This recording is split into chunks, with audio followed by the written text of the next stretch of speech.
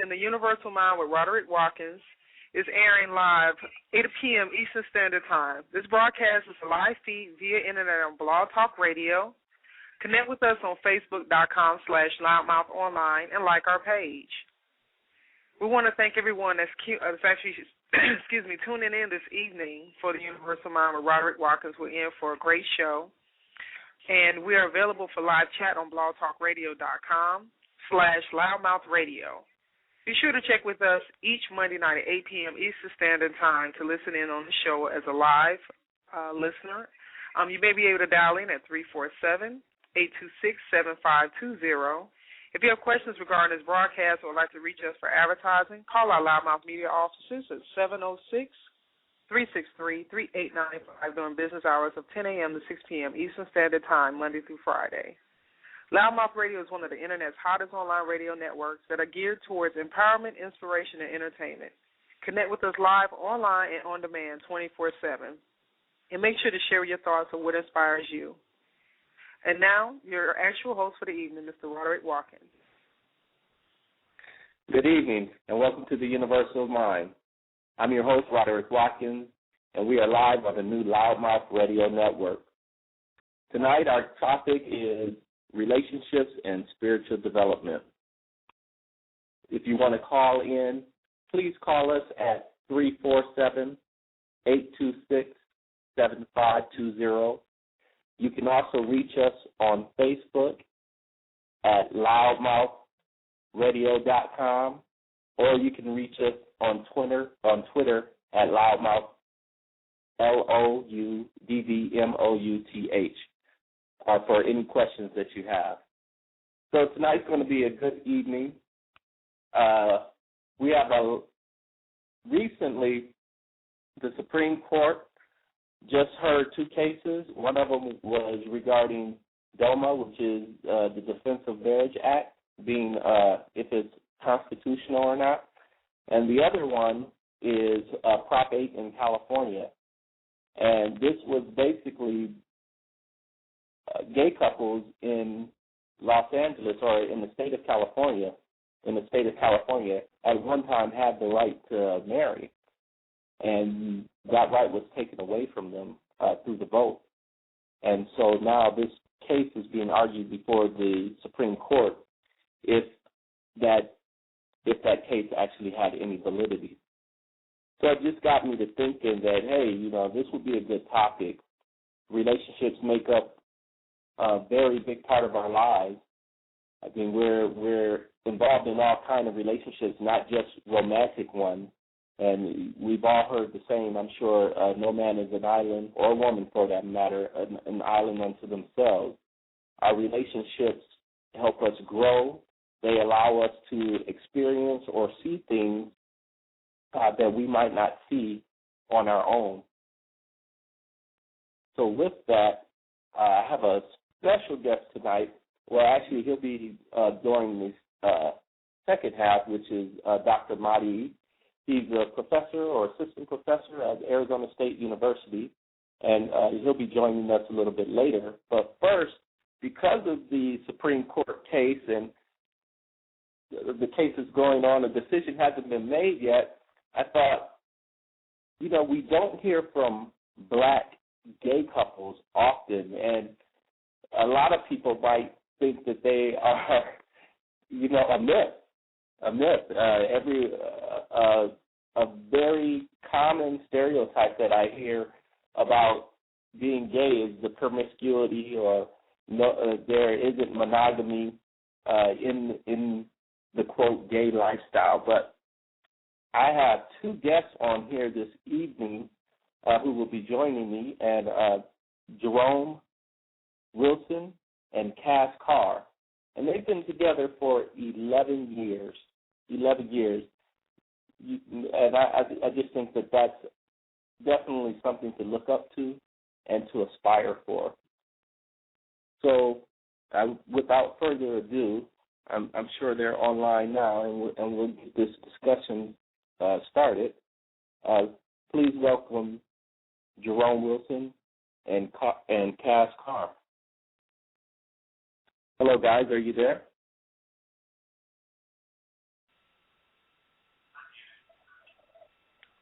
Hello, can you hear me? Yeah. Okay, good. Yeah. Who is this Cass? Yeah, this is Cass. Okay. Jerome, do I have Jerome on the line also? Yes, can you hear me? Okay. There you guys. Yeah, so I was just telling my audience that you guys have been together for 11 years and you're a black gay couple, and you've been married for 2 years. Now, a lot of, as far as tradition, as far as what's considered traditional here in America, we don't get to hear this side of the fence that often. So I really appreciate you taking the time to come and talk to the people and let them know how, even though this wouldn't be considered traditional, it is a very it is somewhat, it has many facets of a traditional relationship. Would you agree? Wait a minute, could you repeat the question, Roger? I'm sorry. Okay. So I would say, as far as relationships, normally we don't hear about black gay relationships in America. Right. There are a lot of stereotypes in our community or in America in general that gays are usually promiscuous and we're non-monogamous. And so I was saying that, even though your relationship would be considered non-traditional, I'm sure you would agree that it has a lot of traditional elements to it in regards to what Americans think about relationships in general. Yeah, I can say because, based on my opinion and based on my values and morals, and this is Cass speaking, Okay. I still view it as traditional, meaning that you still follow those same requirements or those same the same fundamentals as far as a heterosexual relationship. Okay. And so now you guys have been together for 11 years, right? Yes. How did you guys end up meeting, or where did you meet up? Actually, We'll let him give his version. Actually, the funny thing was we had I think our paths had actually crossed, but we ended up actually meeting in a club environment. However, the intent was not to. Well, actually, it was running into an old friend, and actually Jerome was with that friend, and the friend actually asked me for my telephone number. And from there, Jerome asked me for my number as well. The funny thing is, the next day he called, and we've been together ever since. Oh, okay. Yeah. So you stepped in there and intercepted? Is that what I'm hearing, Jerome? Basically. So how did you know that he was the one, or did you know that he was the one? There was just something about him that I found very intriguing and attractive, and I just wanted to get to know him better initially. And as time went on and we just started dating, sort of, we basically, for lack of a better word, eloped for about a month. And I was basically nowhere to be found, according to my friends. Yeah, actually, you could say we kind of went underground. How about that? That's a better way of putting it. And I think during that month or that 2-month period, we were basically getting to know one another, without any interference from, any of our friends or what have you. So do you think that your relationship is atypical, meaning that it's not the norm in regards to in regards to being gay? A lot of there's a generalization that gays are usually non-monogamous and very promiscuous. I guess it would be atypical because we are monogamous. We only we during that period of time we only dated each other, saw each other, and for the last 11, 12 years, we've been together, and that's it. No outside influence, no me, going on a date or him going on a date, it's been strictly us. I mean, I feel that's the only way to have a relationship. I don't believe in, dating a couple people at a time or what have you. It was immediately when we first met, we got together, what have you, everything else was a wrap, basically. Got you. So, when did you guys decide to get married? 2 years ago. Well, it'll be 2 years in August. And I went through a very trying time in my life, and Cass was just there. And I had already decided a long time ago that he was going to be the only one and the last one. So after that trying time, I just said, hey, I need to go ahead and put a ring on it. And funny enough, if one of you guys have your got married, so I had to show him that he got to put a ring on it. Hey, if one of you guys has your internet turned up, could you turn it down or mute it because it's causing feedback? Internet? Yeah, if you're listening to are you guys in the same room or you're listening to the broadcast? Oh yeah, it's probably because we're in the same room. Okay, we're getting a little. I'll shut my phone off. Actually, we have two phones going, so probably if he turned his phone off, you probably get a better reception. Okay, are you on speaker? Yeah, I'm on speaker. Okay, great. All right, there we go. I think that sounds a little bit better. Okay, sorry for that. No problem at all. All right, so are you saying, Jerome, that you popped the question, or who popped the question? Was it a mutual decision, or how did that work? I popped the question. We got into New York. It was a surprise, actually, that I had been planning for a couple months to pop the question, and I told Cass we're just going up to New York to see Beyonce, and we got to the hotel room, and I got down on one knee and popped the question that morning, and then by 4:30 that afternoon, we were married, and then it was off to see Beyonce. Oh, so you guys really did sort of elope. Now, did you plan to just be married in that same instance, or was that spontaneous? That was it was a plan. Yeah, I planned all that. I had the paperwork and everything. So, what about your family and friends? Did you guys have a reception or anything like that? We did. We got married in August and had the reception in October. Oh, okay. Yeah. And we had our family and friends come together, close family and friends come together, and that was a spectacular event also. Actually, a friend of ours let us use their mom's mansion to have the reception in. Wow. So have you guys seen that video with the two guys? One of them was in a fraternity, and they got married, and I guess it made a real big hit on YouTube. Sure did, and I'm actually friends with one of them, Nathaniel. Oh, okay, so you know him. Yeah.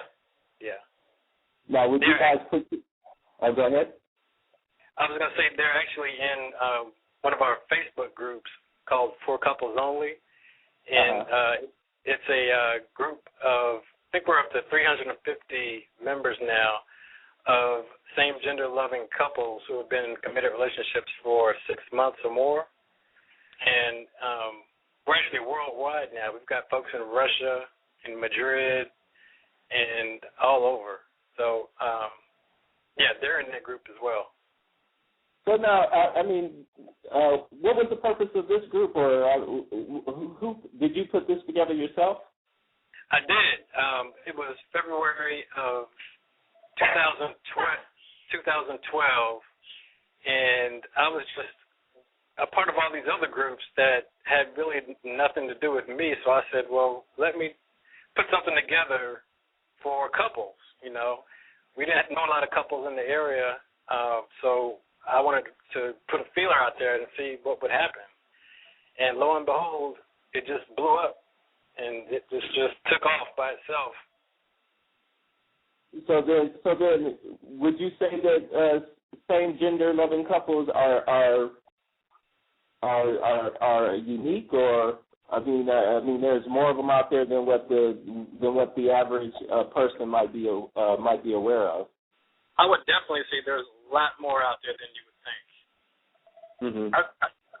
This is Cass. I think that forming the actual group, the Facebook group, it made it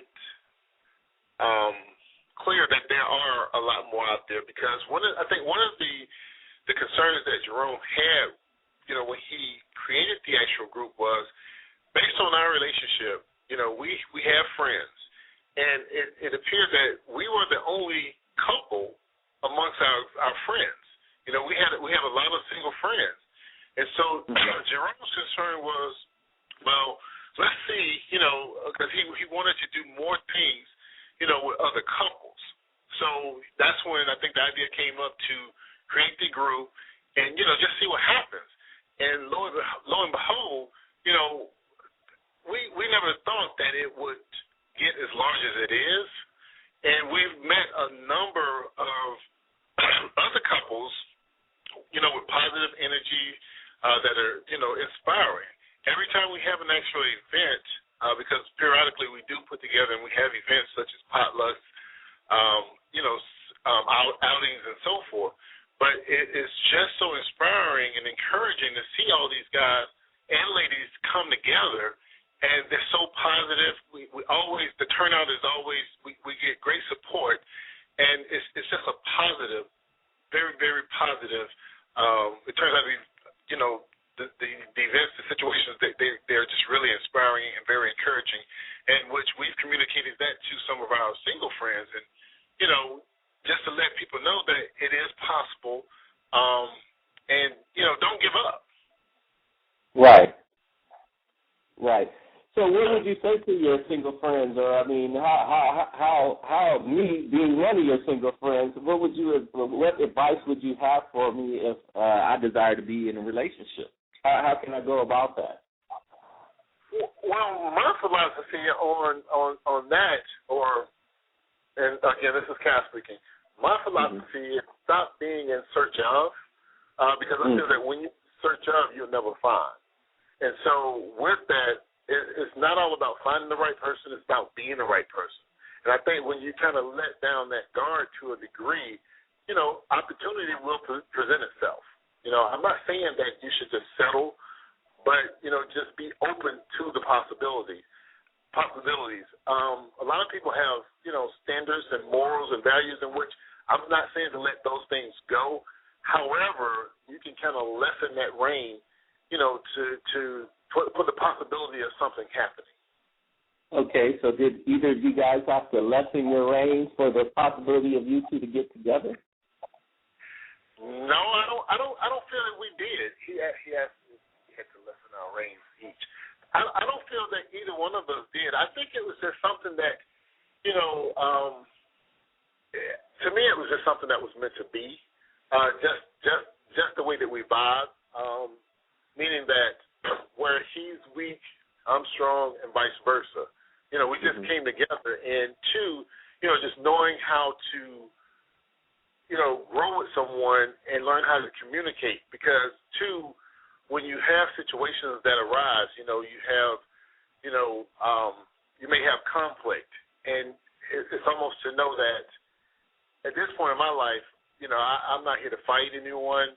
I'm here to support, and meaning that you don't always have to agree. You can agree to disagree, because I think that, but at the same time, making sure that your point is made and heard so that you can go forward. So are you talking about, in regards to if you guys have conflict with each other or in your relationship? Correct. Okay.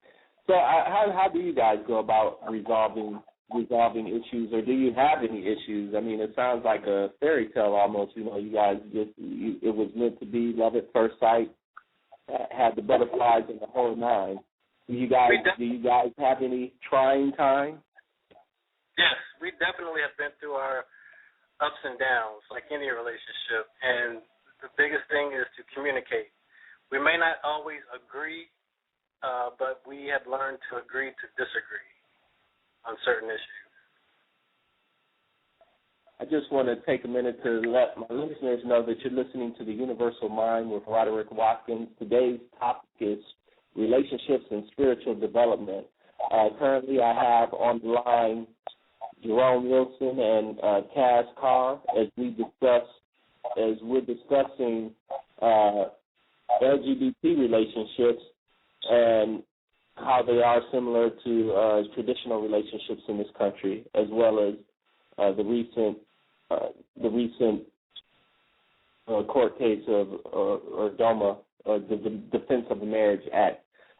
Jerome and Cass have been together for 11 years, and they've been married for 2. And my next question is related to the Defense of Marriage Act and Prop 8 in California. How do you guys feel about those 2 pieces of legislation, and how do you think that the courts, or how would you like the courts to rule on it? Well, definitely we are in support of the courts supporting gay marriage. But I think in actuality what they're going to do is send it back down to the states.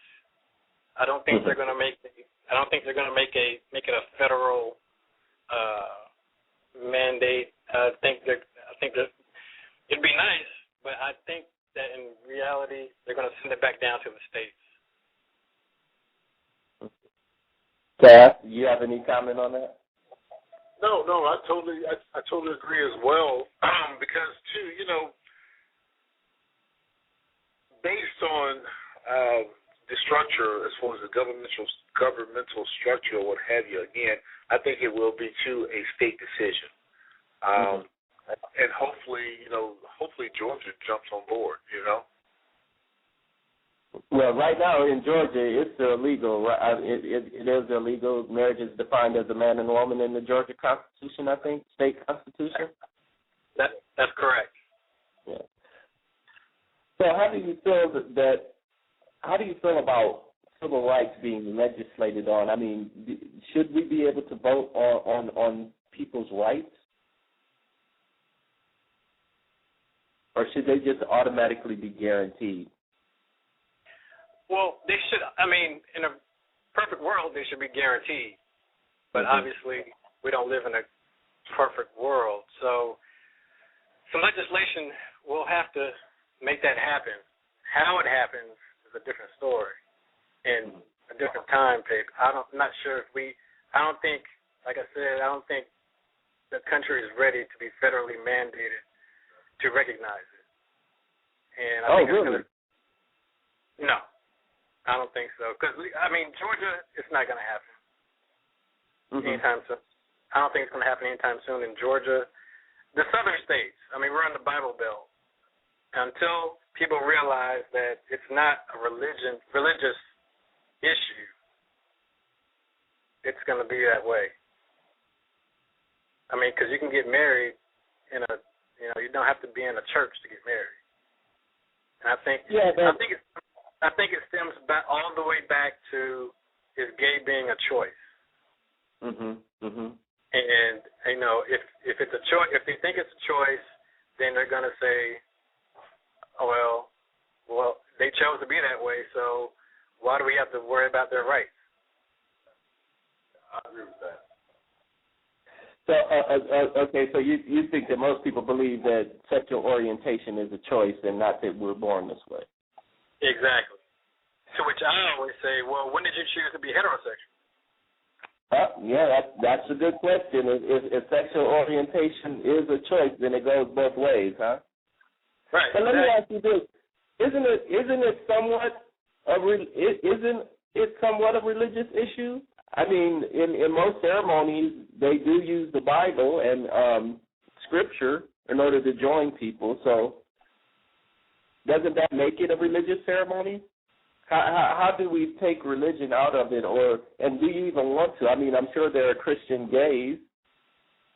No, I thought I'm thinking, well, to my understanding, when you're taking vows, these are vows that you basically come up with, the individual couples, the two that are uniting. So to say that it's solely based on religion, I don't agree with that. Mm-hmm. And Jerome, do you have anything to say to that, or you agree? No, I agree. I agree totally with that. I mean, because too, you think in terms of the actual ceremony itself, especially in the South, traditionally, like you stated, it happens in the church, but you've seen situations where it happens in people's homes. In addition to, it's actually overseen by a minister. You don't need a minister. You can have a judge can marry you. So that's where the separation is, and I think that's where the religion needs to be taken out of. Okay. So in regards to the actual ceremony, but why then do people? And let me ask you this: I mean, are you guys?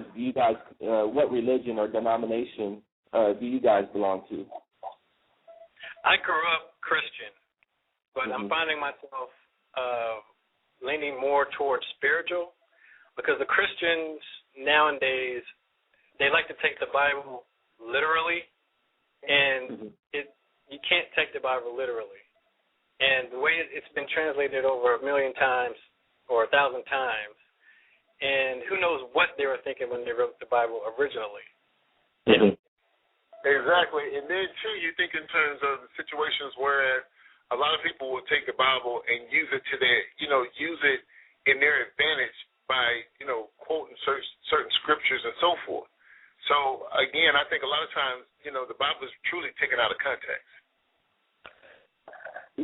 So with that being said, how do you guys nurture your do you guys nurture your relationship spiritually? And if so, How do you go about doing that? Yeah, we both believe in a God, and we believe in God, but we don't necessarily have to take the Bible and make that be our root, end all, be all. We take the Bible, we take the Quran, we take Buddhism, take all religions together, and make it into one spirituality, that there is a higher being than yourself. Exactly. That's what I was going to actually say. The fact that some people will question and say, okay, God is man, woman, what have you. I don't know. It could be a nut. It could be a tree. I don't know. But I do feel, and I know that there is a higher power. And that's what I go on. And like Jerome said, I grew up in the Baptist religion, going to church. We went to church religiously, meaning that, it was Sunday. Then during the week you had Bible study. On Saturdays, or whether you had Friday night, there was a Fish Friday church. Saturdays, you had choir rehearsal. And then, again, you're back in church on Sunday. My thought process is, again, as for saying that I'm Baptist or saying that I'm Christian, I just know that I have faith. And that's what gets me. That's what stimulates me. That's what keeps me going, because, again, I feel that there is a higher power. And how do you guys go about nurturing each other spiritually? We just, when there's an issue, as far as, are you talking about when like if something goes wrong and like Cass needs something and? Well, I'm just talking. Okay, so for me, spirituality is growth in awareness and a growth in my state of being. Meaning, it can be spiritual. It can be physical, mental. All these things that help me become better and able to express my awareness of the world and the universe around me. Well, I would say the same thing. That actually applies here in our relationship, because, again, let's say when situations happen or what have you, we're there for one another, mentally, physically, to support, to uplift, to encourage. So, those are the fundamentals I feel that we've based our relationship on. We're not here to tear each other down or ridicule one another or belittle. We're here basically to, and I think it takes a level of maturity and time, depending upon the relationship. But I know we've grown tremendously. We love each other. We support one another. We encourage. We try to inspire. So those are the premise of our relationship. I'm speaking. Yeah, I agree. I mean, that's where the nurturing comes in. Mhm. Mhm. So do you attend a church or? Say that again. Do you guys attend church? Not one particular church. We visit churches. Okay.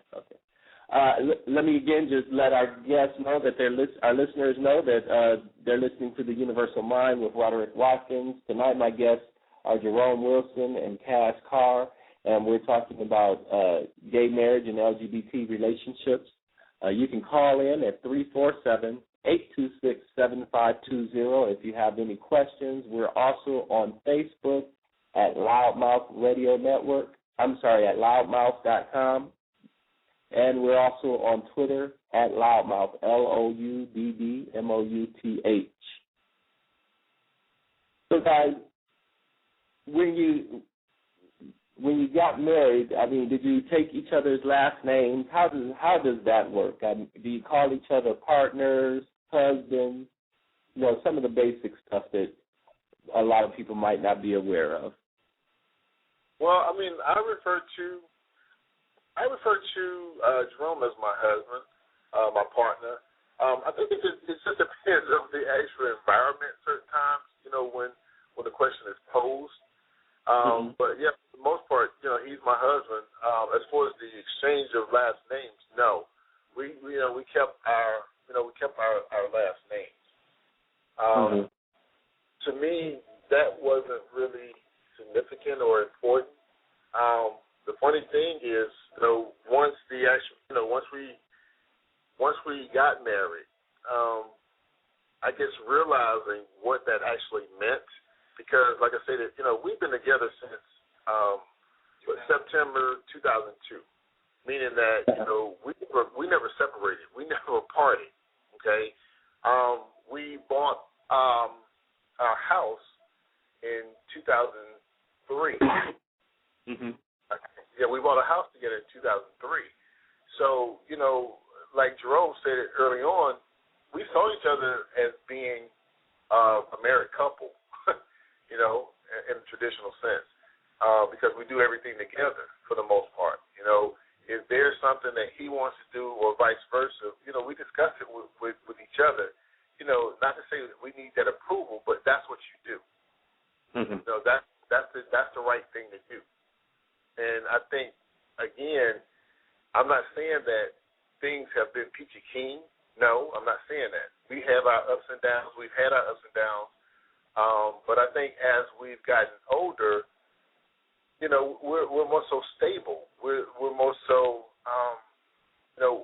we're together. I don't know a better way to put it.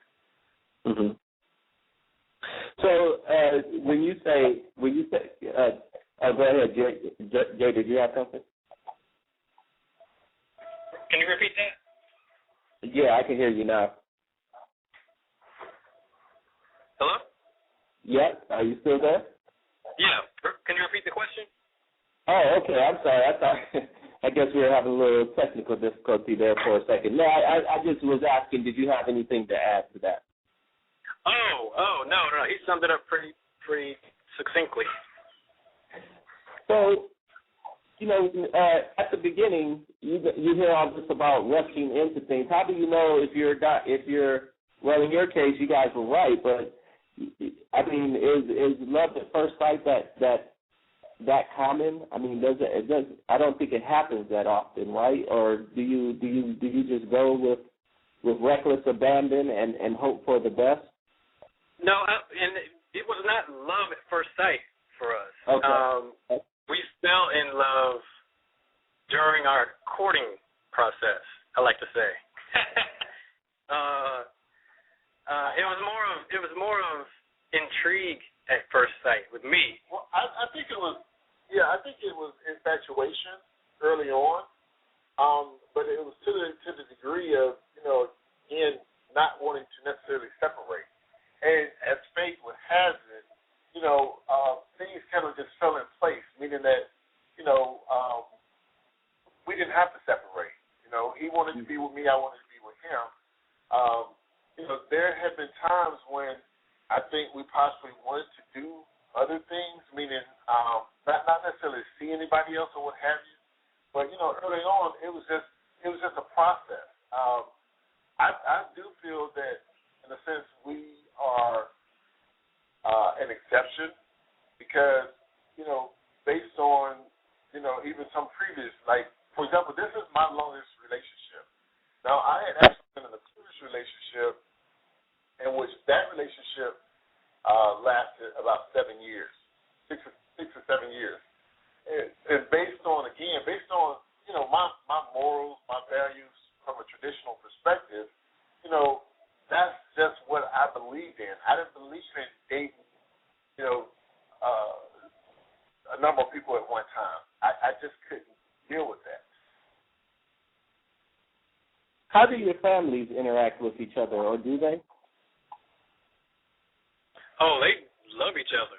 They interact very well, especially when it's when we had our reception. It was very nice to see our families come together, and they do things with each other. They support each other. His family supported my mom in her campaign, and my family supported Cass's family in whatever endeavors they may try to have. And so it's very like you said, kind of fairy tale. Now I'm looking at it or thinking about it. It is very interesting how they get along so well. And my brothers and sisters absolutely love him, so there was no issue there. And of course, my mom loves him. So and vice versa. I think in terms of early on, just the let's say around like for example around the holidays, as far as both families come together, we meshed pretty well. There was no conflicts or what have you. But again, it was a process, meaning that again, taking the time to get to know someone, and of course, just like with my mother and his mom, if there's somebody that I love and I care, in which they can see it. So of course they had no choice but to. True enough, they could have said no, or they should have been. They could have been. They could have not been as supportive, but they are. And they are. So again, it sounds very fairy tale, and I'm just happy to be living it. Wow, that sounds great. So what about as far as your own family? Have you guys thought about extending your family? We have thought about it, and that's why we have 2 furry kids. We have 2 dogs that are like our kids. But I think we've had a discussion about kids, and we've decided that we are not going to have our own kids. Number one, I'm too selfish right now, and there's still a lot of traveling and stuff I want to do. And I'm too old. I think that there's a selfishness on both parts, and honestly, I'm happy with it. My thought process was that if I was to have had kids, it would have been before now. But I have a lot of love to give to my nieces. I have a total 3 nieces, and I just feel that right now, we're where we need to be. And then too, that selfishness does play a major role, as Jerome said, of course. The travel aspect, because we are able to do a lot, and it's something because even now when we travel, we still have to think about the dogs. And I'm not going to say that it doesn't bother me when I go away, because I do, and I miss my dogs tremendously. So the thought of having a child, no. Unfortunately, we don't foresee that. Okay. But I think you guys would make great fathers. So hopefully you don't rule that out, totally. Maybe it'll change. Maybe it'll change, right? Maybe. I mean, it's possible. Anything is possible. And what we call Roderick to babysit when we go out of town. Oh, for the dogs, definitely. I have 2 dogs myself, so I'm always I'll open the Rod's boarding for pets, for wayward pets. So guys, now I know that what do you do to keep the romance going or to keep the spark going in your relationship? Probably, I don't know if we can say on air. You can say anything you want on air. Funny or bleep it. No, I don't think that there's. I mean, we don't have. I think it just comes automatically. And I don't ever go a day or a minute. Sometimes just letting him know how I feel about him and letting him know that the feeling hasn't changed and I don't foresee it changing. Meaning that I love him, but I'm still in love with him.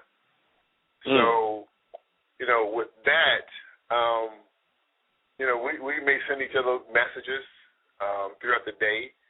I know at one point in time, especially some nights when I couldn't sleep, I would actually, send him a text or, just let him know how much I care about him and, how much he means to me. Because, again, going through some of the things, the ups and downs in life that I've gone through, my one goal was really to be able to live my life and to be happy and to find someone to share my life with.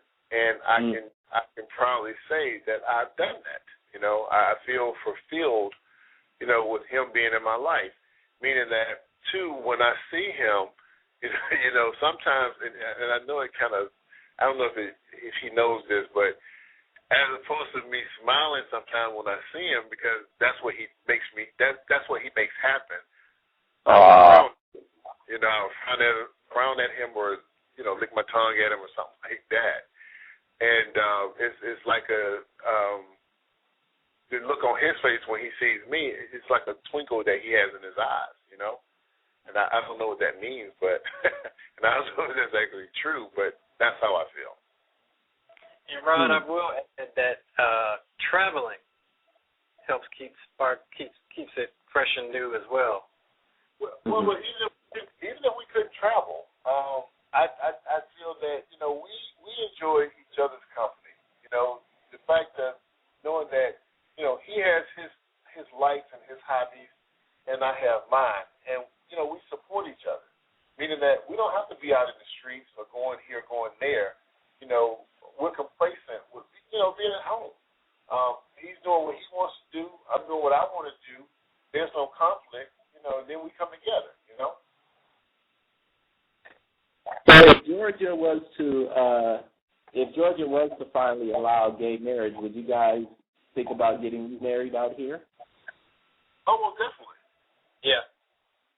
Sure. In fact, when I saw that Rio de Janeiro had just legalized it, I told Cass to pack it up. We're moving to Rio de Janeiro and getting remarried. Right. But isn't that more of a single spot, Rio de Janeiro? Well, it might become a couple spot now.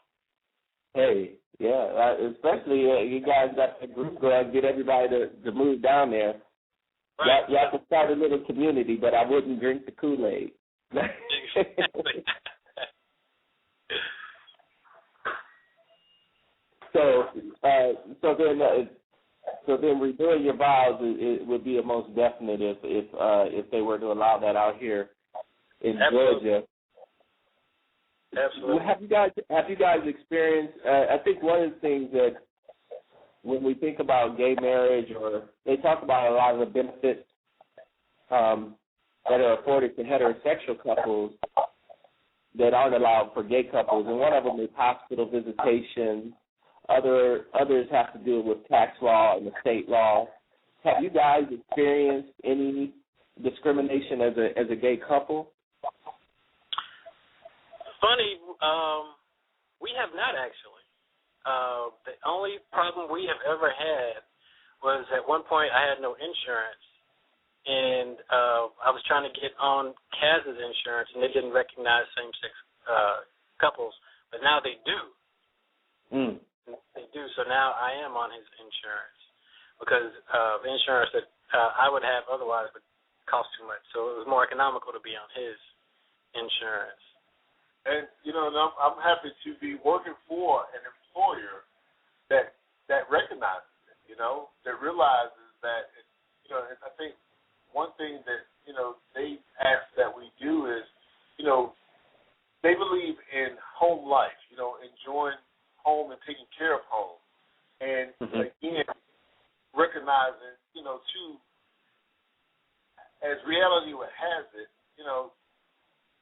there are same-sex couples, and allowing them to benefit as a heterosexual, couple.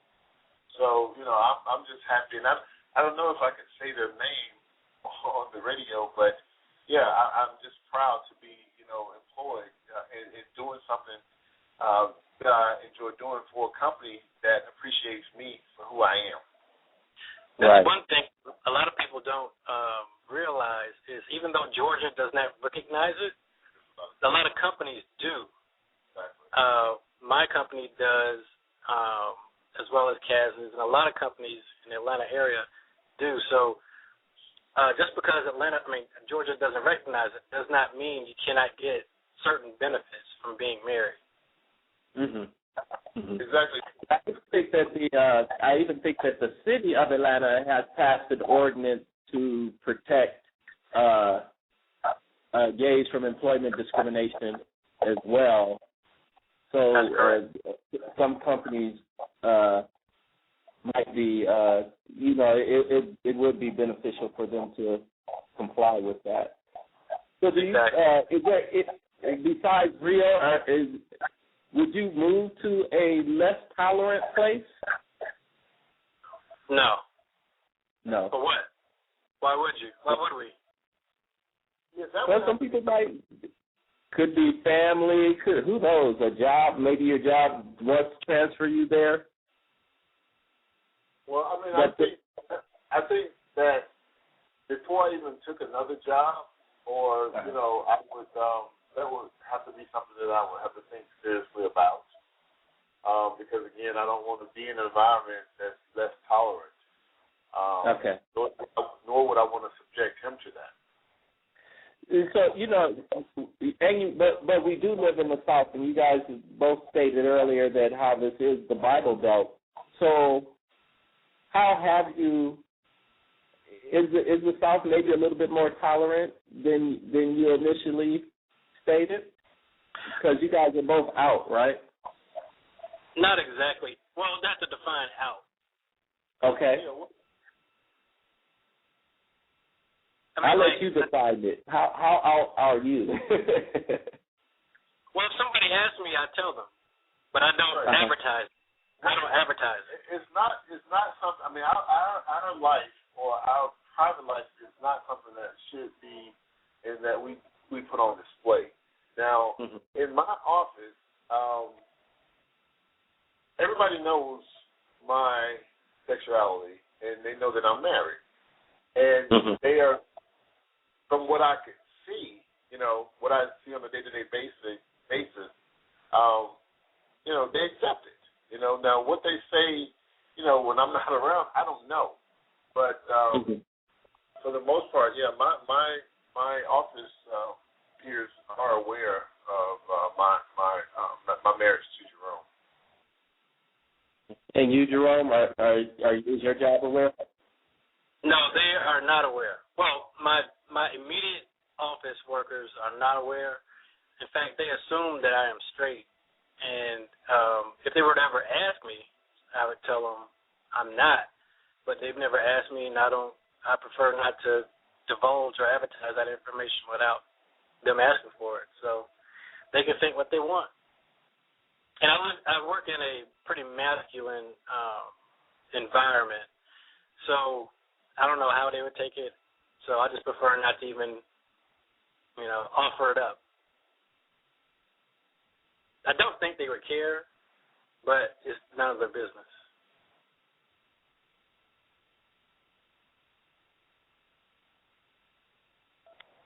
Hello? We want to thank everyone for listening to Loudmouth Radio. And tonight we have Universal Mind with Roderick Watkins going on. And tonight we have our special guests, Jay and Cass, are speaking with us on air. And we want to go ahead and continue with our actual episode with Roderick Watkins. Okay, guys. So, Jerome, I think where we left off was, are you out at your job, or do you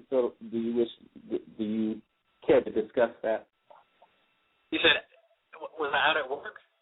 Yes. No. Okay, you missed that whole part. Okay. No, I'm not out at work, and mainly because I work in a pretty masculine environment, and the people I work close with, I really don't. They assume that I'm straight, but if they were to ask me, I would tell them, but they've never asked, and I don't feel it necessary to offer their information to them. Mm-hmm. I don't think they would care, but I just prefer not to even have it even become a conversation. I like to keep work at work. I like to keep work at work. I don't socialize with them outside of work, so what's the point? But now you did say that your job is gay friendly, though, right? They do have benefits for same-sex couples. Yes. But do you feel that they would enforce that if you were to come out at work? I mean, in regards to just, or are you worried about some type of harassment per se, or anything like that if they were to find out? Not at all. Not at all. But, I mean, it's just the fact of, if they were, like I said, if they were ask me, I would tell them. No problem with that. Mm-hmm. I'm just not going to offer it. Right. I just prefer to keep that. If it comes up, it comes up.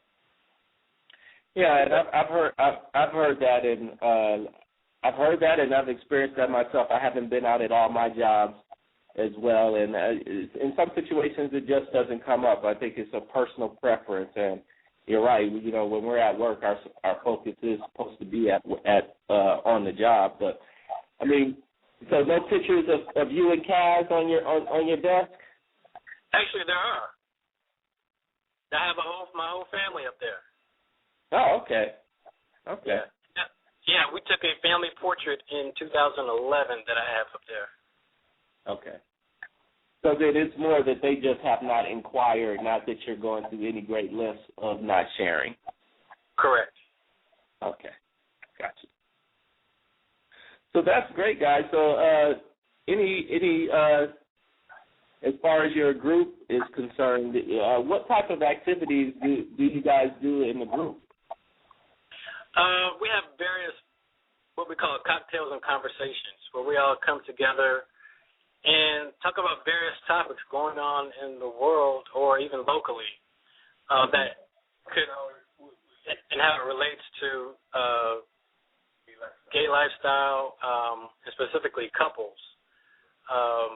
For example, we have a mixer coming up the beginning of May, and we've got some discussion topics that vary from DOMA to how to handle infidelity in relationships to business topics and cash flow and so forth, managing money. Yeah. That's funny. And then we also have a cruise coming up in February 2014, where we're going to Cozumel and Grand Cayman, Key West, something like that. And we're looking forward to that. So every month we try to do things as a group. And then throughout the month there are small things that happen that we try to do, like movies and bowling and the parks, picnics and whatnot. So it's something for everybody to do. Yeah, let me piggyback off that. And one thing that we are encouraging within the group, because again, in the Atlanta area, there's to our surprise, there are a number of other couples. And one thing that we kind of encourage and inspire people to do is, get to meet the other couples. Get to know them, because you never know what you have in common with, some of the other couples. So that's one of the things that, we encourage as far as ongoing events. What about your single friends, like myself? We are still working. We're still working with a group of. There's another Facebook group that are. I don't want to say the name. They are a group of people who are seriously seeking to be in a relationship, and the couples group and the singles group are going to try and come together and do some kind of mixer to where the couples can bring their single friends and the single friends get together and just get and meet each other and kind of vibe on each other and get some networking going. Maybe some speed dating or something. I'm just kidding. That actually sounds interesting and kind of fun. You guys have to keep me posted on that for sure. Definitely. But the singles group has to have their first function here in Atlanta first, and we're waiting for that to happen, which I actually saw something today, and I think they're planning on doing something pretty soon this summer. So we are looking forward to that. That's great, guys. Well, I really appreciate you guys for coming on the show tonight and talking about your relationship with me and the audience. It has definitely been a pleasure, and you guys are definitely a model of what I think we should strive for those of us who are looking. I mean, not everybody is looking, but you guys have definitely been a model to me in regards to what to look for in a relationship, or actually how a relationship works. So I really appreciate you two, and I'm glad I've had the opportunity to get to know you both since we met. Well, we'd like to say thank you, and for you providing this platform for us to speak on, to share, because, like I stated earlier, when it comes to a relationship, I don't think it's, it's, again, being in search of and, finding the right person. It's all about you being the right person. Get yourself together in order to, be able to share with someone else,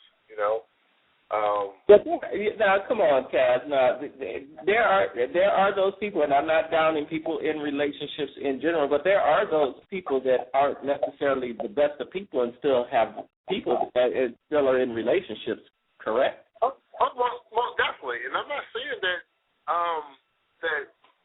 no, I'm not saying that. Again, it's just about you being that person, you being the right person, meaning that I'm not going to say that I went out looking for someone that was like me.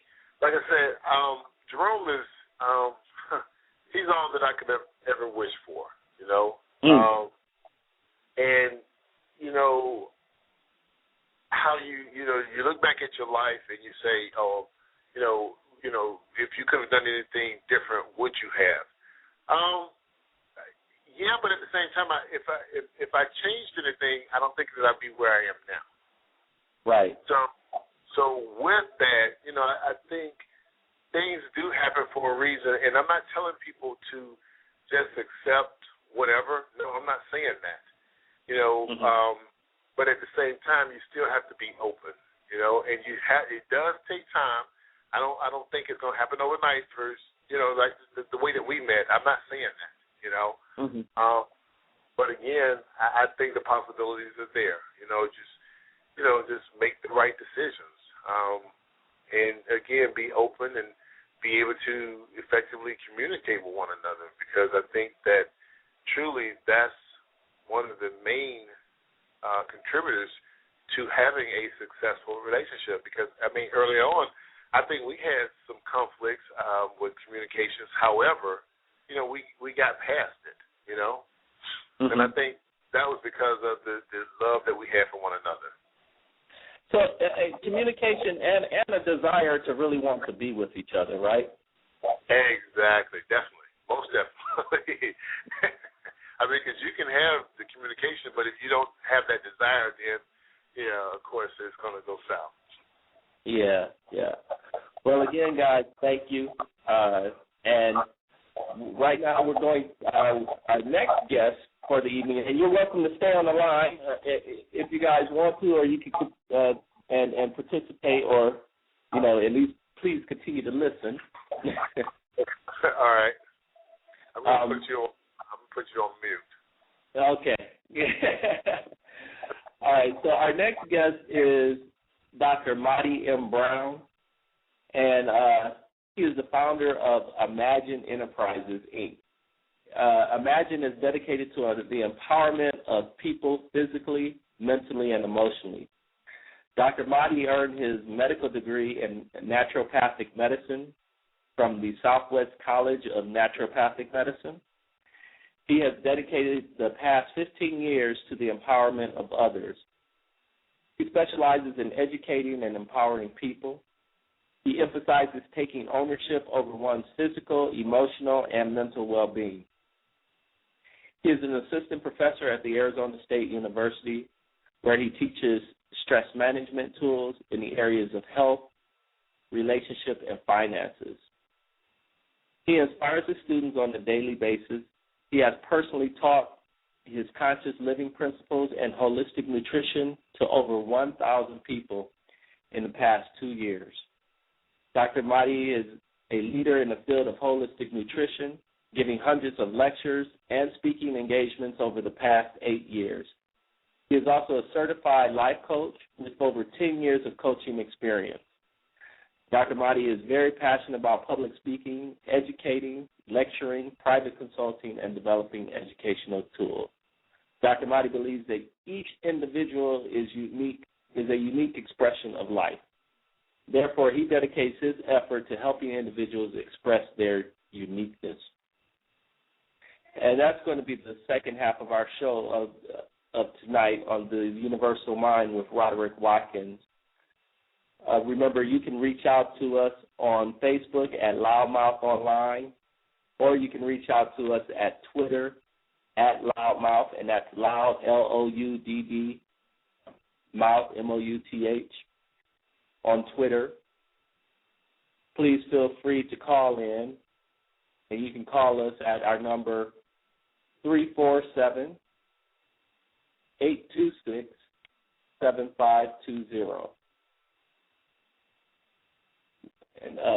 And so now our next guest we'll continue this discussion on relationships and spiritual development. And one of the things we'll be talking about is, as stated earlier, is communication and how we communicate with each other, and how our relationships are actually just reflections of our own spiritual development and growth. As I was saying earlier at the beginning of the show, people are generally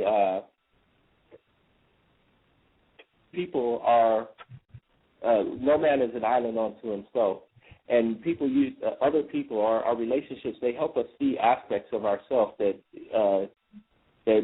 may need to be nurtured or grow into. So with that, with no further ado, I want to invite everybody to listen to Dr. Madi as we continue this discussion. Dr. Madi, are you there? Yes, sir, I am. Can you hear me? Yes, I can. Thanks for joining us tonight on the Universal Mind. You're very, very welcome. It's an honor to be on the program. So I was reading one of your speeches or one of your lectures, and it was called Nutrition of the Heart. Yes. And I thought that was I like the double entendre there. So you're not just talking about actual food nutrition either, huh? Oh, absolutely not. It's really interesting. One of the things that most people think of when they think of nutrition, they think about the physical food that we put into our body. And one of the things that myself and, one of my very good friends and colleagues, Dr. Hanale Ile, what we would share in our holistic nutrition classes and even in the stress management courses that he and I both taught is that we nourish ourselves both physically, mentally, and emotionally. And I know you've heard the old adages, feed your mind and good thoughts. And, to really nourish yourself with love and compassion. These things are very, very important to us as human beings. And so when we are looking at nourishing ourselves, one of the key areas where you can receive the most nourishment is in the relationships that you've created in your life. Right. And the most important relationship that can nourish you the most is your relationship with yourself. And so this is some of the key principles, that we really begin to look at, when it comes to nutrition for the body, because if you're in a relationship that is toxic, it will impact your health. It will impact, your everyday physiological and biochemical well-being, if you will. And so many people are dealing with, extraordinary circumstances in relationships on a day in and day out basis. And what I always look to do with working with clients, students, whoever, I'm helping and being of service to is first and foremost, we have to look at how you're nourishing yourself, what kind of nutrition you're providing to yourself, both mentally, physically, and emotionally. So now let me ask you, because, there are several different relationships, right? There's romantic relationships, there's friendships. Are all these nourishing us, or do we get special nourishment from a particular type of relationship? Well, all your relationships are nourishing to you. For the mere fact, you can look at an example of someone who is in a family environment where the relationships are at odds with one another. They're in conflict. There's issues in the house. You're fighting and battling in your own household. That has a profound impact on you physically. And, right. Of course, the most intimate relationship you can ever have outside of yourself is with that romantic partner. And that's where you are most vulnerable, and that's where you have the opportunity for the greatest growth and transformation. But all your relationships are important. Say again? In what way? You said we have the greatest growth and transformation in what way or how's that?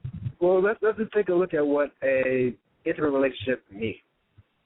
Okay. So it's a very fascinating, I always find this, it's just a very fascinating phenomenon to me, that as individuals, we could look at someone outside of our family environment, out of the dynamics of our family, and look to someone out of the 7+ billion people on this planet. You choose and you say, this person here, I'm now going to share the most intimate aspects of who I am with, both physically, mentally, and emotionally. And I'm going to open myself up to you and allow you to see the essence of who I am. And that person is choosing to do the same. I just find that it's quite profound, a very just amazing, almost, miraculous in some sense of the word, of an event. Because this is somebody who you truly do not know. And then you become acquainted with them. There's some familiarity, and you become, there's this connection, this sense of just knowingness, and you allow this individual to now enter into the most sacred, intimate aspects of who you are. And they got the goods on you. They know the worst of you. They experience your ups, your downs, and they experience you in a physically intimate way through the exchange of sexual energy. You're sharing the essence of who you are with this person. And it's a very fascinating, just phenomenal thing to me, and it always has been, that we as human beings can come together. And that's much of life does this. for the most part, finding that partner, if you will, to basically bring about sustainability and growth for that individual. And as human beings, we really look to this relationship as the cornerstone of our lives. We are preparing for this throughout our life. You know, as we're growing up through our youth and adolescence, you know, this is what we begin to emerge into as we become older, and we're looking to find that person who we can relate to, who really can reflect the essence of who we are back to us. And so it's in that type of relationship. Go ahead. So is there somebody for everybody? Honestly, I would say yes and no.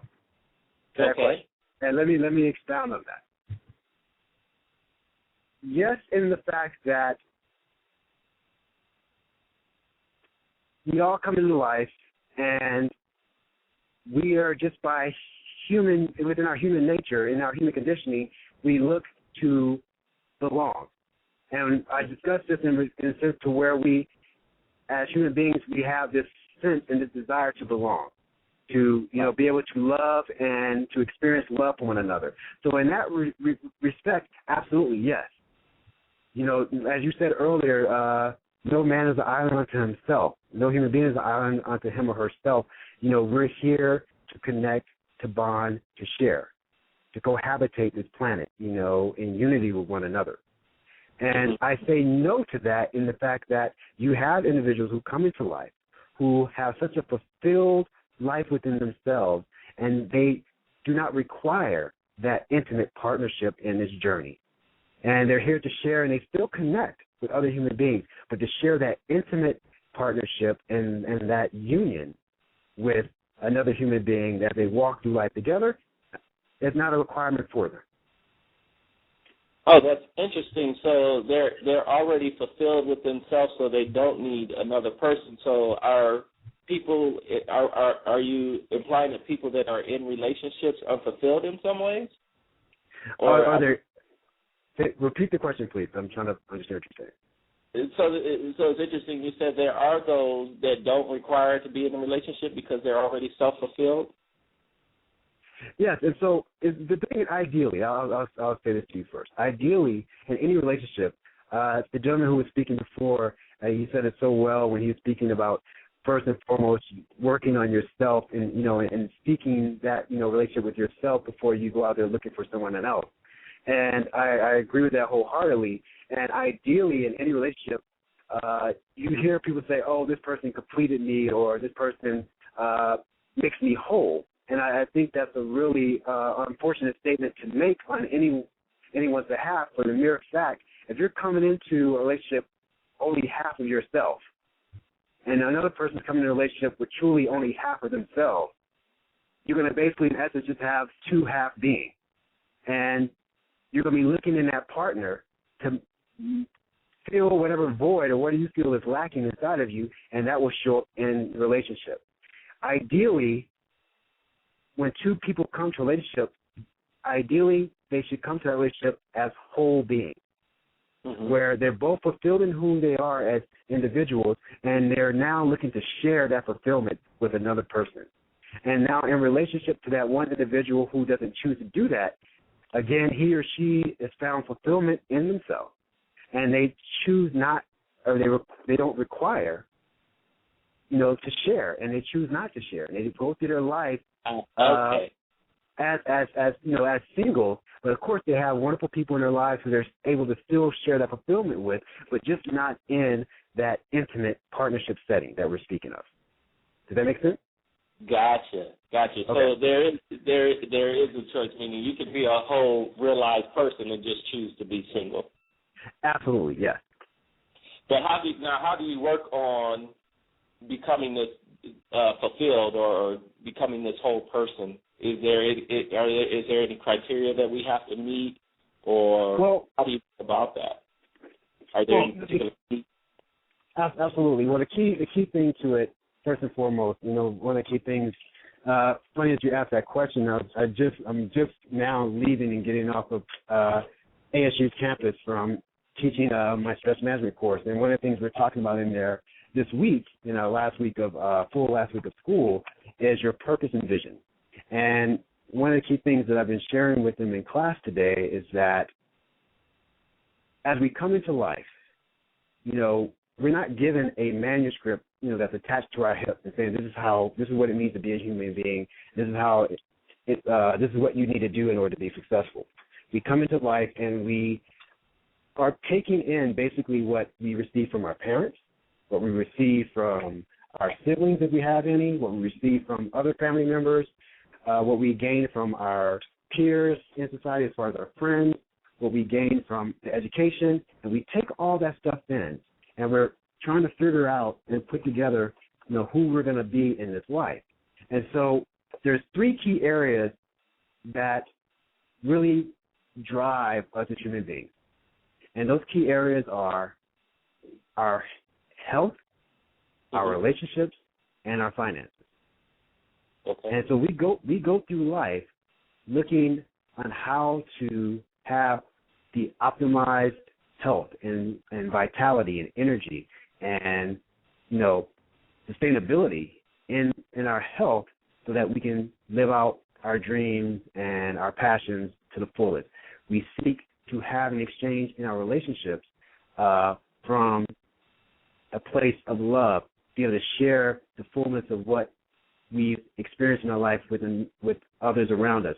And we look to have the financial means to carry out any endeavor and any dreams that we have. Now, when it comes to creating a wholeness within yourself, you have 7 inherent needs that I personally feel are required for one to truly be fulfilled in life. And what I share with my students today, we're looking at purpose. And what I've shared with them over the course of this past semester is that if these needs go unmet, you will go throughout your life carrying out basic actions and carrying out basic choices to get those needs met. And these 7 needs, when they're fully met and you're actually meeting these needs within yourself, then you're now in a place of fully becoming this whole individual. And most people, when they go through their life, they're really seeking to get these needs met. And in most situations, there's always like 1 or 2 that we really come into life with that we felt as a child we didn't get perhaps from our parents or our environment. And so that becomes like, in essence, our primary need, and we start just really living our lives from there. And so if you want, I'll go through those really quickly, kind of give you an example of what I'm talking about to help you frame this understanding of what it means to be whole. Yeah, that'd be great. And I have the actual list that you sent me, and it says 7 human needs of fulfillment are change, belonging, mattering, means having meaning, loved and be loved, express, to be heard, growth, and share. I thought those were very interesting. So you say that we, in our youth, some of these were not fulfilled, and so we go through life seeking fulfillment in these particular areas of our life? Absolutely, and a lot of times they show up in our relationships. We're seeking, these particular aspects of ourselves that we're trying to fill, that we feel that void is there, and we seek out to try to fill that through our relationships with others. And so, for example, when someone is looking at change, the need for change, and what that really means is, as human beings, we all here, we have an inherent desire within us to be able to create, explore the variety and possibilities of life. And one of the constants in life, and that a lot of folks don't realize, for whatever reason, which I find very fascinating as well, is that everything and all things do change. And you need that variety in your life to really keep you stimulated, to keep you invested, to keep you focused on the events of life. And so we're always seeking that change and that variety, changing within ourselves, change within our environment. If we were to look at ourselves as what we have on today, what you're wearing tonight, as we're talking, and basically if you were only told that you can only wear what you have on for the rest of your life, and you can't change your hair, you can't change your clothes, you can't change your undergarments, nothing, and you have to wear this same thing every single day for the rest of your life, it would drive you mad. Yeah, I think change is a big one. I mean, change is huge. In our society, you have people, they don't want to get any older. Or they don't want to move. They always want to stay in the same place. It's so many ways that we try to stay or keep things safe. And so this can become toxic. You're saying? Oh, absolutely. I'm like, because what happens normally in relationships? People get bored. Right. They get bored with the relationship. They get bored with the person because there's the stimulation's not there, the motivation's not there, the variety is not there.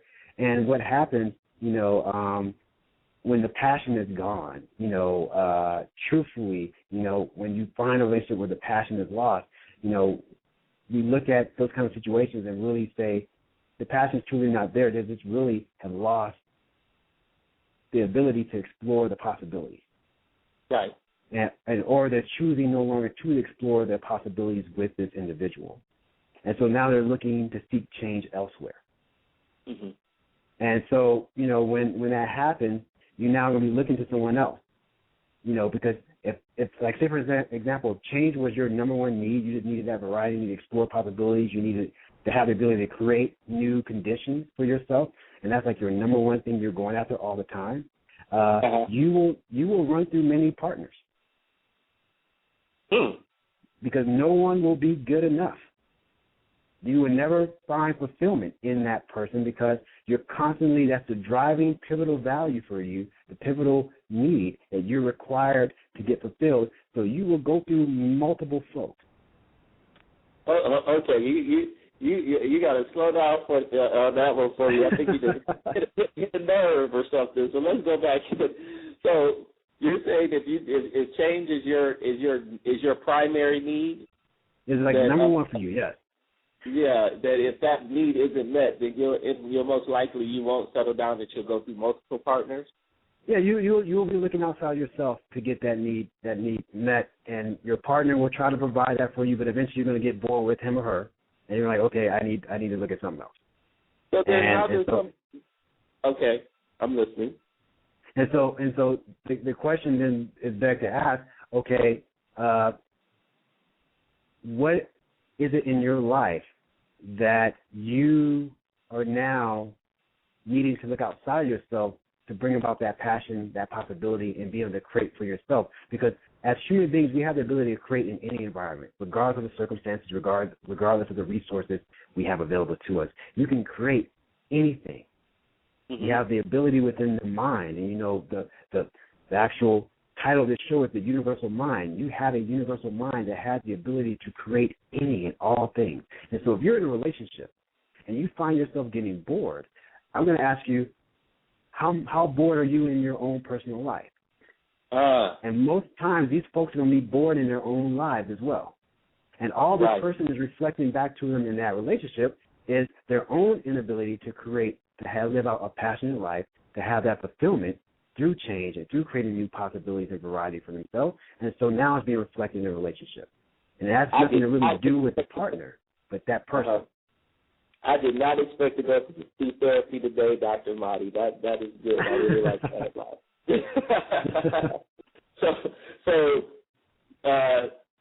And I don't want to generalize, but we're saying that those that do find themselves bored with other people. Let me see if I can mistake this. Those who do find themselves bored with other people need to reflect back and see if they find themselves bored with themselves in their own life. Within your own life, absolutely, yes. And that in order to change that, how do you go about changing that? I mean, if you find yourself boring, how do you go about finding that passion or that enthusiasm? Or I mean, I think that's definitely an aha moment in regards to waking up and realizing that you're bored with yourself. So how do you get unbored with yourself? Okay, so we all know how to do this. You have to look back to how you were as a child. As a child, how did you look at life? Mm-hmm. Mm-hmm. Hallelujah. As a child, I was always outside exploring. Exactly. You were exploring. You were excited. You were enthusiastic. You were motivated. You had passion. You were just thrilled with the idea of being alive and exploring this amazing place that you called your world. Mm-hmm, mm-hmm. And you sought to discover who you were through the experiences of your life, and everything was new to you.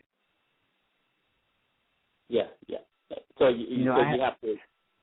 You have to come to your life in that regard, understanding that every new day is the first day of the rest of your life. Mm-hmm.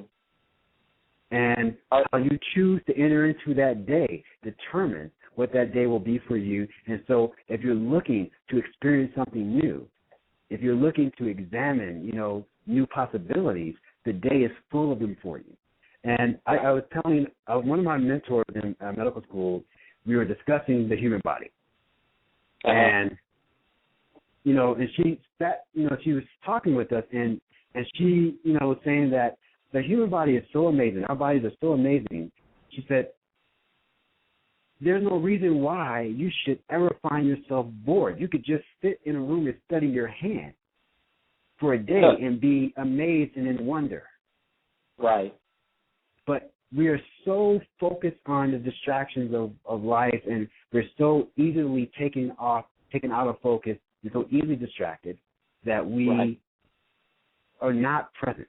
And when you're present, you're able to see the wonders and the magic and majesty, if you will, of life and the possibilities that are there for you. And so you're not going to be bored. Yeah, I definitely agree with that. It's funny, some of my friends when I was in college, they used to always joke because I've had this mindset for some time, and I would tell them, you could sit and stare at a tree and find out the secrets of the universe, because Absolutely. The same knowledge that is telling that tree how high to grow or which way to grow, that same knowledge is within you, and it's communicating to your body and telling your body these things. And if you're silent enough, you allow, if you get out of the way of it, it can actually lead you and lead your life. Your life, and you'll be in harmony with universal law. Absolutely. But we like you say, we're so focused on what ifs and not focused on the present or what could be, that we miss the beauty of what is in the now and what we already have. And us, Roderick, you hit it right on the head. And the key thing is, as a child, you're always looking at what can be. You're always looking at the possibility. Right. You're just a fountain running over with possibilities and imagination. Okay. And when we find an individual who has become bored with his or her life, I said you found an individual who is now lacking or no longer exercising their imagination. Right. Wow, that's brilliant.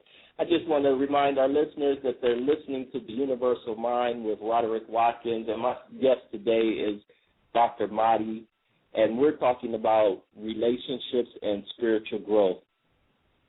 Please join us. You can call in if you have any questions. We're on Facebook at Loudmouth Online, or you can tweet us at Loudmouth. That's L-O-U-D-D, mouth. Or you can call us, and that number to call in to is 347-826-752. So you were saying that, and that was just the first need. We have 6 more needs. Correct. Right.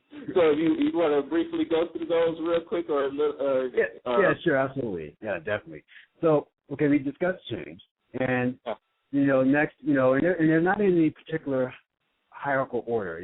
These are arranged how you set them in your life based on what you experience in your life and what you feel is lacking in your life that shows up a lot of times in a very unhealthy way as that top primary need, and you start making your choices off of that need first and foremost, and everything else kind of falls in order after that. So the next one I'm going to discuss with you is a sense of belonging. And, they're really required as human beings, in order to truly truly have a sense of fulfillment, we have to belong. We have to be able to connect, be a part of something that's greater than ourselves, and feel that we are associated with this connection, with this other and or others, that makes us have a sense of purpose, and it gives us a sense of safety, security, and you're able to now move through life in a much more fulfilling, confident way. And so if you're going through life and you're experiencing a life where you feel you don't belong, you're like, the black sheep of the family, if you will, or, you're the one who never fit in, the weird kid who never fit into high school or, other friends growing up. That has a profound impact on you, and you go through life acting out and speaking out in ways that you can belong. And Roderick, I've had the opportunity and privilege to work with, wonderful people who've had the courage to go through recovery and, and deal with addictions that they've suffered with and they've faced throughout their life. And one of the key areas that has always been an issue that really drove them to whatever drug of choice was they felt they didn't belong anymore. And that was like number 2 on the list. And number 1 on the list was that they did not matter and they didn't have any meaning. That was number 1. And the folks who really felt that they didn't matter anymore, didn't have any meaning, and they also didn't belong anywhere, these are the folks who were more likely to look at the option of suicide as an option. And, I just, have been working with some clients who were in that state, who were dealing with that, and, going through that whole issue of not feeling that they matter. Right. Feeling that they don't have any meaning. And so the choices they're making in their life are choices that are not serving, choices that are very harmful to whom they are and also harmful to others because they don't matter. And these people who are really feeling that they don't matter and they're trying to matter, when it shows up in relationships, they're always trying to be significant. They're trying to really stand out and be important. And so in that kind of dynamic, if they have where they don't matter and they're trying to matter and they want to have some meaning, they want to be significant, and that's their top primary need of fulfillment, their purpose and their focus is on one person. And guess who that person is? Themselves. And so how can they be successful in relationships if the focus is on them all the time? Right. And this is one of the things that I bring up in my classes when we discuss relationships. If you're someone who has always been trying to prove to your parents that you matter, prove to your parents that you have meaning, prove to others that you're significant, and you go through your life pursuing all these major goals, you go through your life trying to be that straight A student, for that sense, to get that need met so you can be standing out in the public eye and getting praise so you feel a sense that, you truly matter, that you do have meaning in this world. When it shows up in your relationship, your focus is primarily on you, your partner, your loved ones, be it in your family or this intimate relationship, will start to suffer because it's going to be about you all the time. Right. They can't get any nourishment. They can't get any nourishment from you. That they need. Yeah. Yeah, because you are constantly like, I gotta be about me. And a lot of times for many folks it's unconscious to them because it's something that was instilled in them at a very young age, and they now have a story and belief system around that. And so they carry out the experiences of their life from that place. Right. And now it's now being reflected in their relationships. So what? Is being too ambitious then? Could that be a sign of, because it almost sounds, like if you're, I get it in meaning that you're always trying to prove or always trying to go after or always trying to prove that you are significant. you're neglecting the fact of looking at other people around you or people that are important to you because you're always focused on having the spotlight. Is that? Yeah. Well, I'll say this to that. Okay. A person who has this as their primary focus, a pivotal value and need, will, definitely pursue things, pursue careers and things of that nature, and will come off and will be perceived as someone who's ambitious. Okay. The undercurrent to that that's not really recognized is that they don't feel that about themselves, and so these are the actions that they carry out to that, and is at the neglect and detriment of those around them. And these are folks who are really not too concerned with the well-being or the interests of other people. Gotcha. Someone who has this need met within themselves already feel a sense of mattering to others, having meaning in the world, and more importantly, they matter to themselves, and they determine their meaning in their life, will share in their successes, will not feel threatened with someone else taking, the limelight, not feel threatened with others achieving as well, because it's inherent within us and within all life to seek greater and further expression of itself. And so there's nothing wrong with a human being seeking to become more. It's actually a part of why you're here. You're here to grow. We're going to talk about that one in a little bit. And if you're not growing, you're going unfulfilled. But these individuals are out solely for their own personal growth because they feel they don't matter. They feel they don't have meaning. Whatever beliefs they've conjured up around that, whatever stories they've created, now they're carrying that out in their life so they feel significant and they feel appreciated. Now, are they consciously? Are we consciously aware of this? A lot of times, more times than not, Roderick, they're not conscious of it. Okay. More times than not, Roderick, most folks are not conscious of it, and and it's really fascinating, because we go through our life looking at ourselves and really, seeking to, fit in, seeking to belong, seeking to matter. And if you don't have that within yourself first and foremost, if you don't know within yourself that you matter, if you don't know within yourself that you already belong, then you will automatically reflect that in your relationships. And most of us, because we're so preoccupied with self, and you've heard the saying that you can't see the forest for the trees. Yeah. It's like, in essence, when you're in that forest as a tree, you can't see the entire forest. You just see where you are. You see the immediate circumstances of yourself. You're in the picture frame. You don't see the picture. Right. And so you now are not even conscious of what you're doing. But what happens is it reflects in your relationships. Mm-hmm, mm-hmm. So you see this antagonistic, dynamic that's unfolding. And this is the thing. I've encountered folks, who have, this sense that they want to matter and have meaning, and that's like their top priority and their top need in their world that they're fulfilling. And these individuals, if that's what you choose, these individuals have made a conscious choice that they're not going to be in a real monogamous, committed relationship.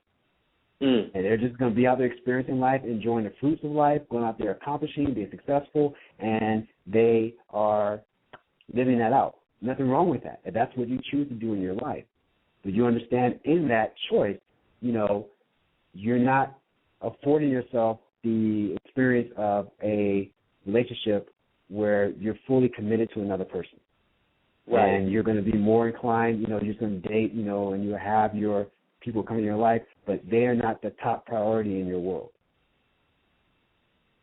And the fascinating thing, and this is the point I really want to bring home to you and home to the audience, is that we all go through these cycles. There's points in your life where you do have that matter and have meaning as the number one in your life, because you're becoming, you're seeking, you're wanting to grow, you're wanting to push yourself, and you make you the top priority. You need to matter. You need to feel that you've made a difference. You need to feel that you have meaning. And so you put yourself in position for that. And we all go through these stages in our life as we go through the process of fulfilling these needs within ourselves. And so these things are all inherent within us. And so it's just about how we have them arranged in our life and what role they play in the affairs of our life, in particular around our relationships, so that, we're very aware and conscious of where we are, and our partners are as well. Now, so what happens when, in regards to, like me, I am single, and I think I desire to be in a relationship.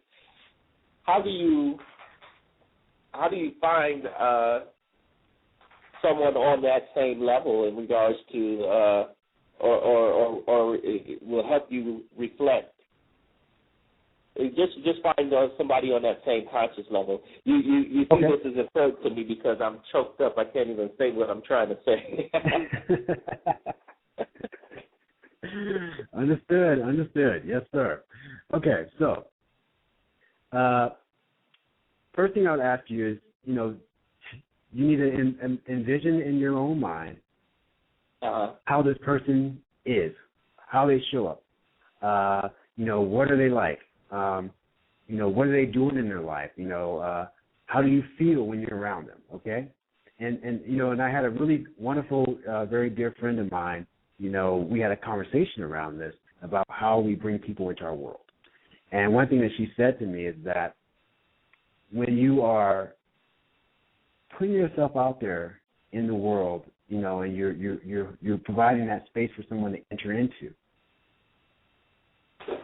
what she really did for her own life and what she encourages clients that she works with to do with their lives is to first and foremost imagine the ideal partner, how he or she shows up.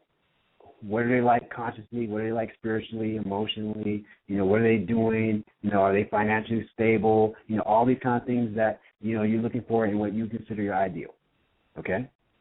Once you have that mental image and, you write that down, you put it down on paper, you take that thought, which is within the mind, within the imagination, and you make it tangible in physical form by writing it out on paper. Then you ask yourself a very powerful question. Who do you have to become in order to attract that individual? And when she told me that, I had to sit down and hold my head.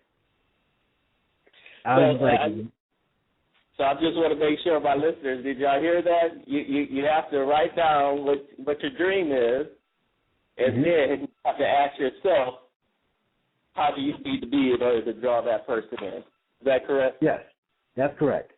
And when I sat there, I was like, it was such a profound conversation that she and I were having around this. And I was like, wow, you're absolutely right. And she's like, my D, you're drawing to you the conscious energy that you hold in this moment and what you see of yourself and what you imagine of yourself. And I said, absolutely.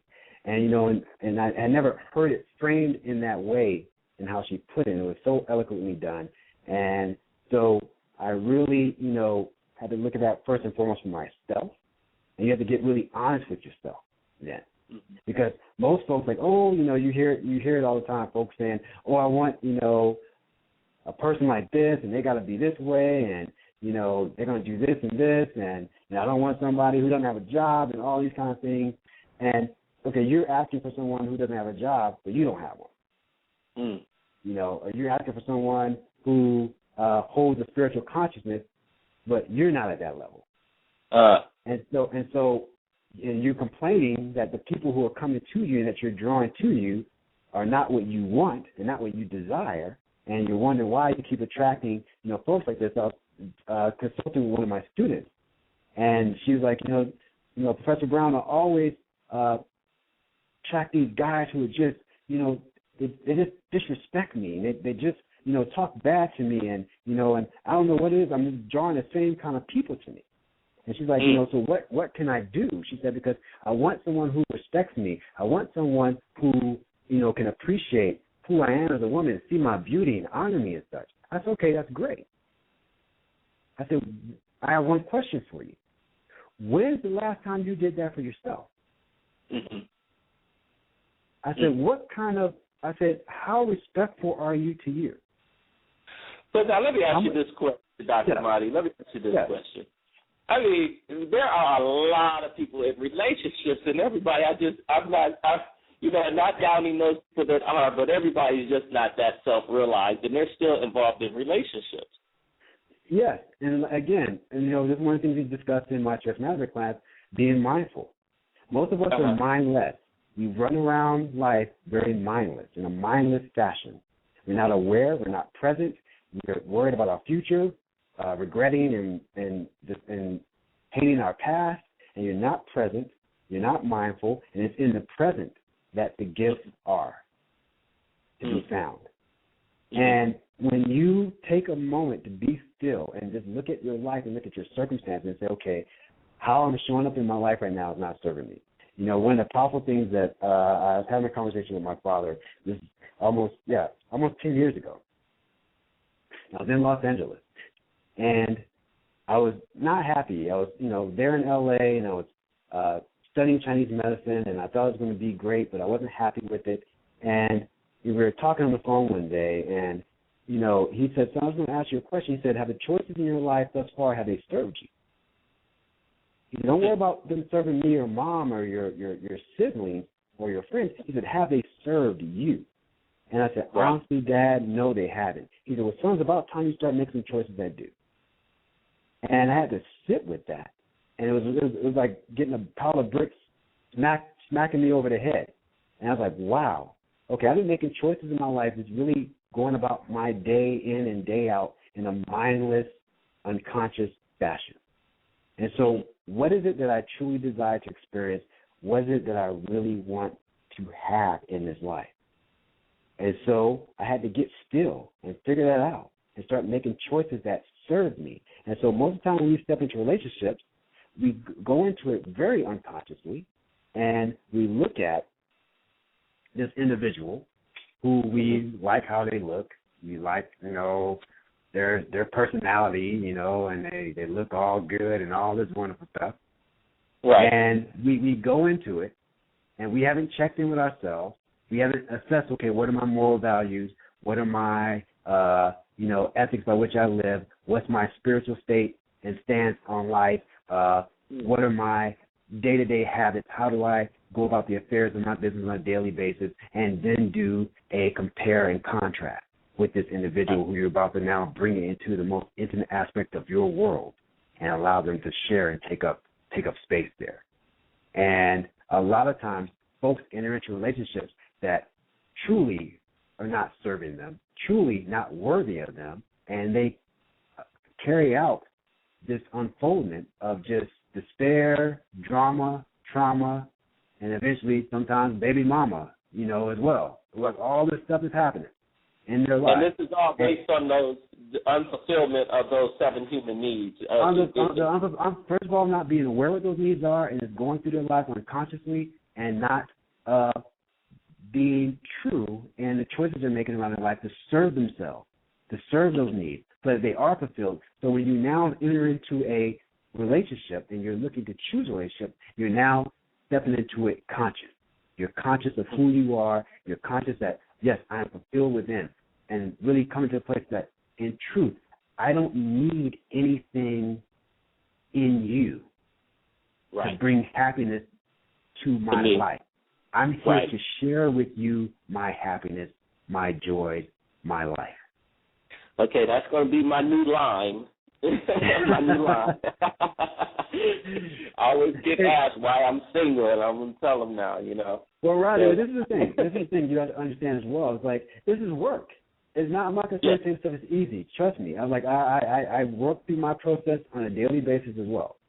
Don't get it wrong here thinking that, I've come to a place where I'm now this guru and this master, and I've achieved, this excellence in the capacity of relationships. It's been a learning process for me, and I've had some wonderful blessings of experiences through wonderful gifts and people entering into my life and reflecting to me the areas that I was not fully actualized in yet, areas that I still needed to grow a little more, become a little more aware of, and begin to do that kind of work.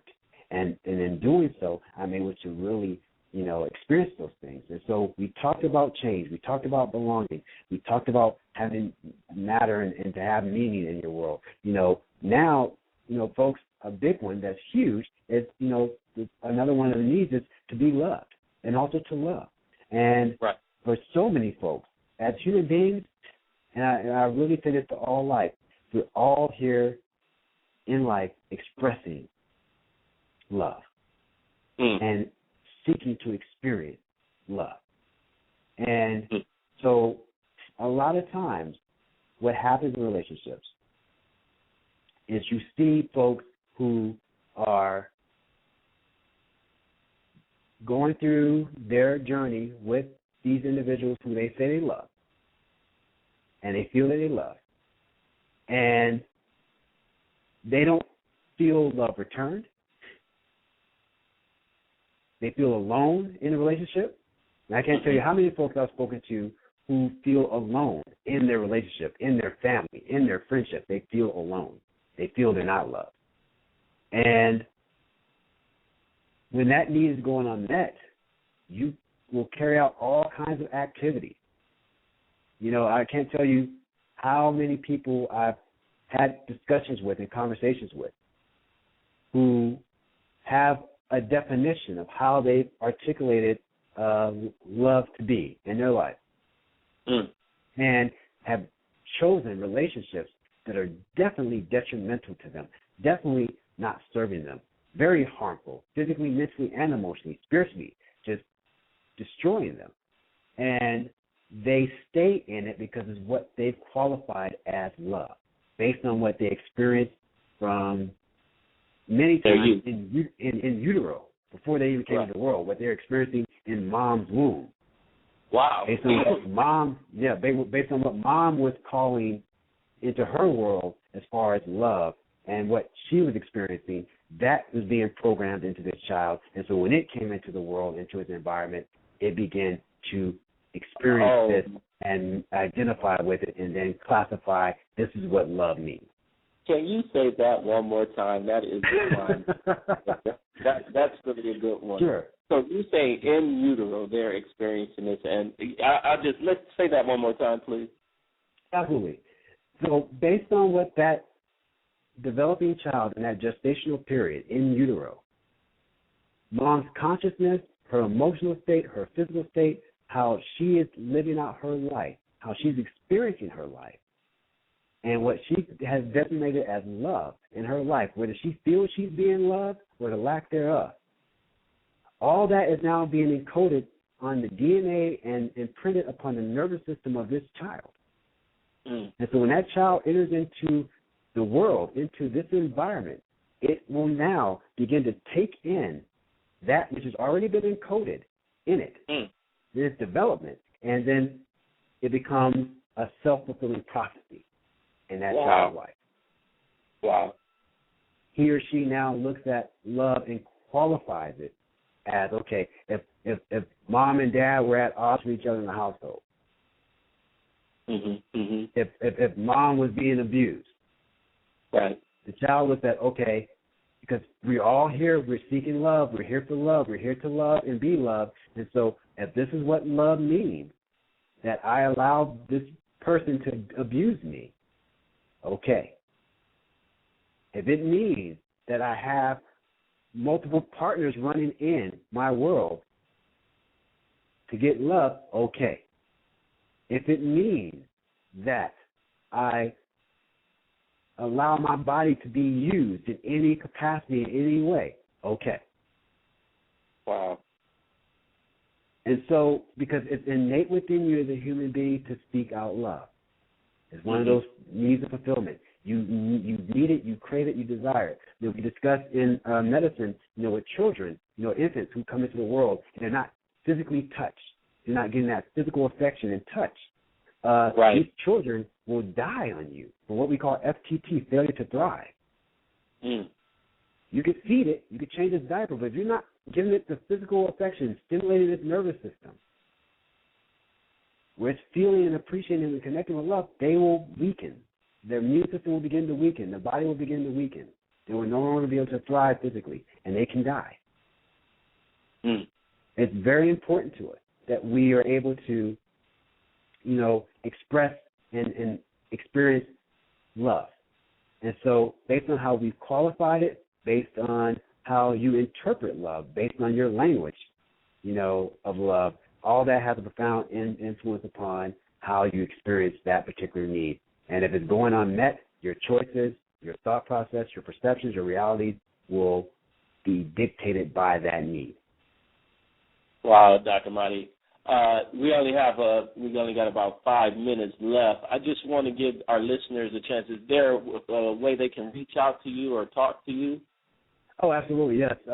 You can easily reach me via email, Dr. Dr., my first name, Mahdi, Mahdi, at asu.edu. And, we're more than happy to connect with you there and, start a dialogue. Okay. And so what do you have? Do you have any future seminars, or do you have a book coming out? What do you have available? Well, actually, we have a seminar coming up actually next month here in Arizona. It's going to be down in Safford, Arizona, at the mineral hot springs there, and we're going to be discussing the sweet communion, how to transform your consciousness through food, expand your consciousness through food, and also the healing properties of water. So looking forward to that. Will be on May 17th, 18th, and 19th next month here in Arizona, down in Stafford. It's about 3 hours, away from the Phoenix area at this wonderful, beautiful hot mineral springs. So we're going to have folks out there, getting nourishing foods, very clean, nutrient-dense foods. Also, the hot mineral springs to soothe and nourish their bodies as they take in this wonderful information that we have for them, in the course of that weekend. So we have that coming up. I'm also in the process of finishing up a book that will be out this summer. It's called The Four Secrets to Lasting Health and Longevity. And what that book is talking about is the power of water in your life, the power of proper sleep, proper movement, and proper nutrition. And when those four things are being utilized in the most successful, amazing way, you now have afforded to you lasting longevity. You have the health and vitality. You also have the ability to go out in life and pursue those things that you desire and you wish to experience, because you have this amazing body, this clarity of thought and mind, and this awareness that's now afforded to you because you've taken care of your body, you've taken care of these four essential things that we all need, that for many of us go lacking in our lives and creating disease and disorder. You now put yourself in position for success and growth and just an amazing life. And so that'll be coming out this summer. And yeah, we're going to be definitely putting together other seminars and workshops in the coming months as well. All right. Well, again, thanks for coming on, and I definitely have to have you again. We barely even touched half of this stuff. We barely even touched, yeah, absolutely, yes. Yeah. So look forward to having you on again, and I just want to thank you for calling in, and I appreciate you, brother. Talk with you real soon. Yeah, thank you, and I wanted to say to you, Roderick, please appreciate you creating this venue, this platform for us to have these kind of conversations and get this kind of message out there to the people. You're definitely a blessing here on the planet, and I just wish for you to continue doing the great work that you are. Thank you, sir. You have a good evening. You do the same. All right, bye-bye. All right, and thank you for listening to The Universal Mind with Roderick Watkins. This concludes tonight's episode. This program is available for download or demand on Blog Talk Radio, on blogtalkradio.com, Loudmouth Radio, anytime after 10 p.m. Eastern each Monday. Loudmouth Radio is one of the Internet's hottest online radio networks. Our talk radio shows cover topics that are geared towards empowerment, inspiration, and entertainment. Connect with us live, online, and on demand 24/7 on loudmouthradio.com and share with us your thoughts and what inspires you. Monday nights, 8 p.m., The Universal Mind with Roderick Watkins. Please tune in. Tuesday nights, we have The Bare Truth, Love, Life, Sex, and Flowers with Jazzy Jones. And on Thursday night, we have Night Talk Live with J.L. King. Currently, we have some exciting rates available for 15 and 30-second spots, as well as premier sponsor rates for advertising with all three of our shows. Thank you again, and this is Universal Mind with Roderick Watkins. Have a good night, and remember, to be more, you must dream of being more.